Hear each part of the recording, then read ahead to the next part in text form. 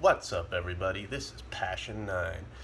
Back in 1982, a manga artist by the name of Katsuhiro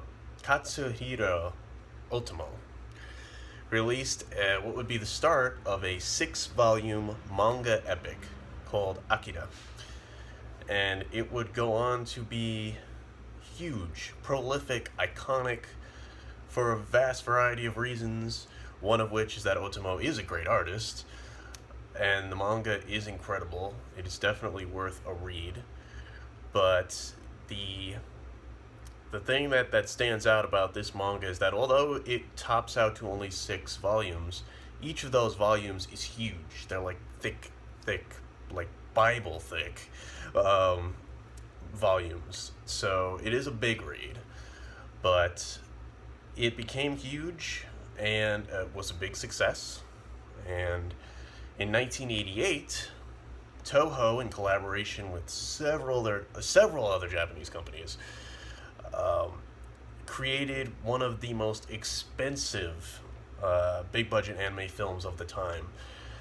And that movie AKIRA, has gone on to become one of the most technically impressive anime of all time. Like, it's still, even to this day, after so many years, I just watched it again recently myself, and it still totally holds up. The visuals are amazing. They are immaculate. And it was back at a time where there wasn't much in the way of computer assistance. I mean, this movie did have some CG elements that are very lightly put in there, but it's certainly not what you would see in anime today when it comes to that stuff. It's mostly just for scrolling backgrounds and lighting adjustments and things like that. Like, it was very much just like finer points, you know what I mean? Otherwise, it was very much largely done the old-fashioned way, which was lots of drawing and sketching and going on. And goddamn, you would have to watch this movie several times to get every little detail, because every scene is just huge with detail. Lots of cells going on, lots of frames of animation.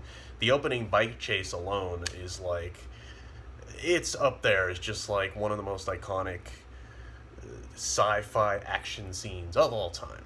Like, I don't know how after all these years we still don't have like a good video game that's replicated how cool that freaking bike chase was.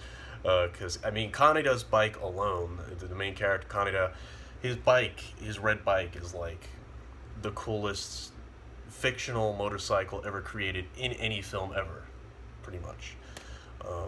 So yeah, the movie's kick ass, and it's always been special for me. Not just, I mean, it's been special for a lot of anime otaku out there as being like the most kick ass, hyper violent, intense, apocalyptic, hard hitting anime action film you're ever going to see. Because aside from the budget, aside from the fact that it was so expensive to make, and it was released at the pinnacle, the real like peak of the anime economic boom, you know, when like they were really pouring so much money into these projects and really not compromising on anything, you know, on their vision.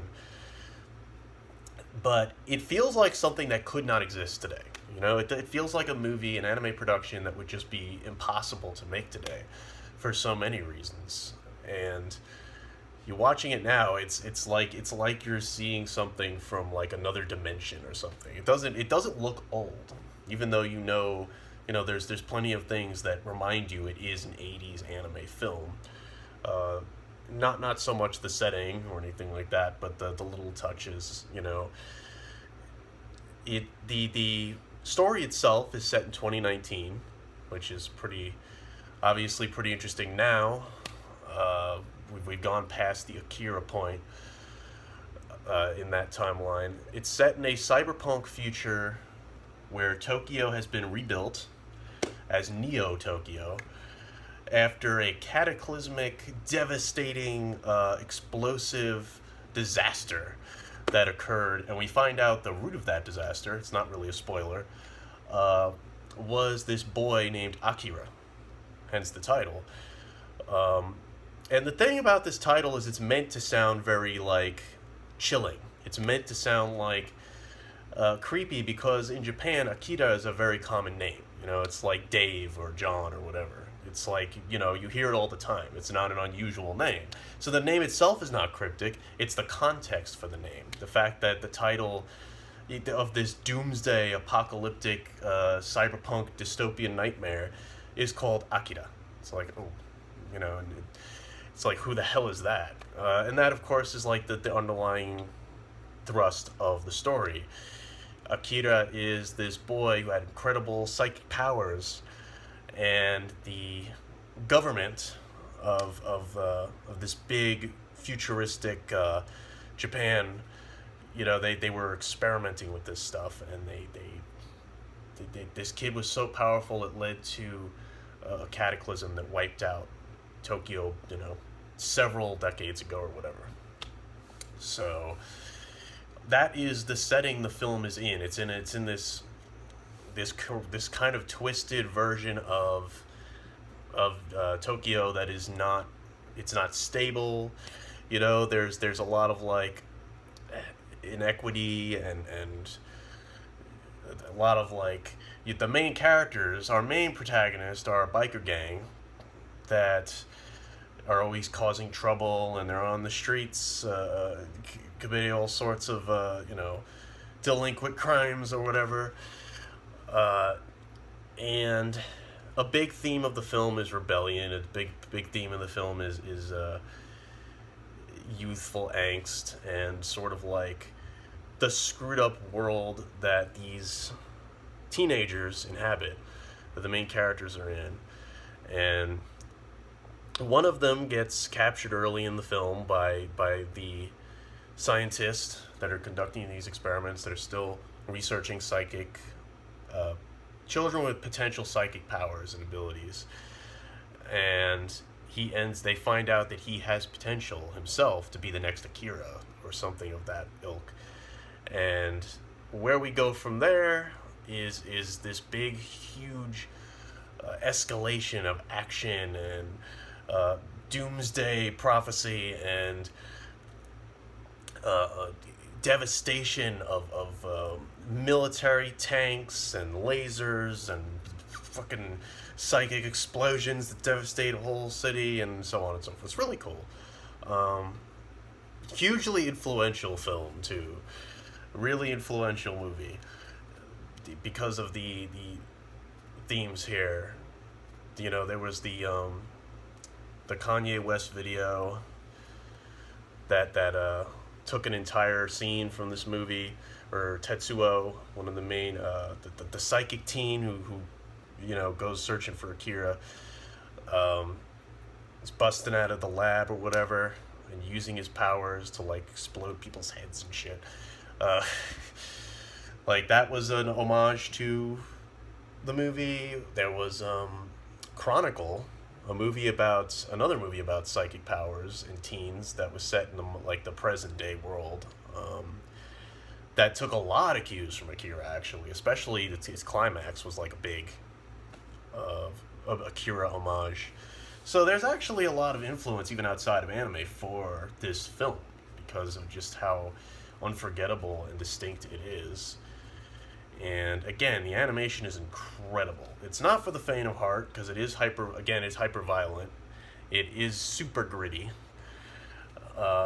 But the sci-fi elements, all of this stuff involving the telekinetic powers that these characters have, is really interesting stuff and really well animated and illustrated. So the only real downside to the film that I will bring up is that it's not a faithful adaptation when it comes to the full scale and breadth of the manga, which again is 6 volumes. It's like hundreds and hundreds of pages long to read through. And as a matter of fact, where the movie ends is kind of where the manga begins, really. Really, the manga tells a much bigger post-apocalyptic story that involves like practically an entire war over these psychic beings, these psychic humans and their psychic abilities, tearing up this Neo Tokyo. It becomes more like this. If the movie feels like Rebel Without a Cause in this futuristic city with these psychic powers, then the manga turns into like Lord of the Flies with that stuff. It goes on a much bigger scale and ends up being about these two huge warring factions that are fighting over the rubble of the city and the collapse of their government that was trying to contain these powers and contain these experiments from the public and all. There's so much more to the manga. More characters, more plot that unfolds. So I do recommend reading the manga, even though, you will have to commit a lot more time to get through it and pick up the volumes, but it's totally worth it. It's one of my favorite manga of all time. And the movie, for no other reason than just it looks and sounds amazing. It is pure pulpy anime bliss. Like, you're gonna see some unforgettable shit. And the soundtrack is great. A lot of, it's made up of a lot of really interesting, new agey, intense, gritty chanting and drums, and it's a very unique soundtrack. It doesn't sound like any other anime that's ever been made, and even among just cinema in general, it's kind of very, very different from anything else I've heard. So it sounds really unique, and it is one of those rare anime films that I would kind of recommend even if you're not normally a big anime guy, because if you like big apocalyptic doomsday stories, if you like visuals of a big sort of futuristic city and and its downfall, or awesome superpowers done in really chilling, cool ways. There's just so many kick-ass scenes in this movie of these humans that gain almost godlike ability, brushing up against big government and stuff. So yeah, highly recommend it. It is a good time. And the interesting news is that despite the movie kind of not having the full scale of the manga story, it is, the story is heavily condensed. It's still plausible. You still have a complete plot here. It's just that you may have to watch it several times to kind of get some of the more subtle bits of how this all connects, because otherwise it really is skirting over a lot of the more fleshed out details of the manga very quickly. It's very broad, the movie, compared to the manga, where you are essentially getting explosive visuals and big broad stakes. So if you're expecting something more complex on the dialogue or narrative side, there's not much of that in the movie, because it doesn't have time to do that.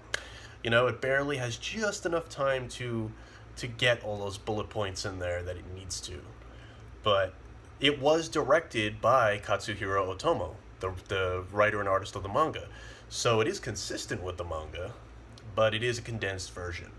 So while the movie is an absolute must-watch, if you really want the full AKIRA story, you should read the manga. I would also recommend Domu, A Child's Dream, which is almost like a prequel of sorts to AKIRA that Otomo made before AKIRA. It was actually an earlier manga he did, set in an apartment complex in what was the present day of 1980, featuring more of those same psychic powers. So it almost feels like a manga that could have been set in the same universe, even though there's nothing that explicitly links it to AKIRA. It's interesting because it feels more like a grounded version of that, a smaller scale version. And that's an interesting read as well. It's about this old man who lives in the complex, and he has these psychic powers, but they're extremely dangerous because he has this childlike mind, and the only one in the apartment that ends up having to or ends up being capable of combating him, is this young girl who also has psychic powers, but is far more, you know, mature and responsible, and cares about the other people in the complex. And she ends up having to fight against him. And it's a much shorter read than Akira, too. It's a very short manga, so you might want to check that out, too, if you like the themes and you like Otomo's art. And perhaps the most interesting of all here is that Akira is getting another adaptation soon. It's been announced, I think, last year, that Otomo is coming back. You know, he's kind of been out of it for a while. He hasn't been doing anything big in a while, not since Steam Boy, which came out in 2000, which was his last big movie. He is apparently going to be bringing back Akira as a full-fledged 20-something episode series under Madhouse. And that's exciting because we might actually get a more faithful adaptation. Of course, with the corona situation, I don't know how far that's been pushed back, but that's apparently in the works. And he's also coming out with another big sci-fi space movie as well. In addition to that, that's an original title. So we may be getting more Otomo in a big way pretty soon. So that's exciting. But yeah, overall, Akira, check it out. Legendary anime film. You can find it on Funimation's channel now. If you subscribe to Funimation, they have it on there. But as always, you know, picking up a Blu-ray or whatever is probably the best way to watch it, if you can. So yeah, that's my anime recommendation for today. Till next time, guys, live for the passion. See you next time.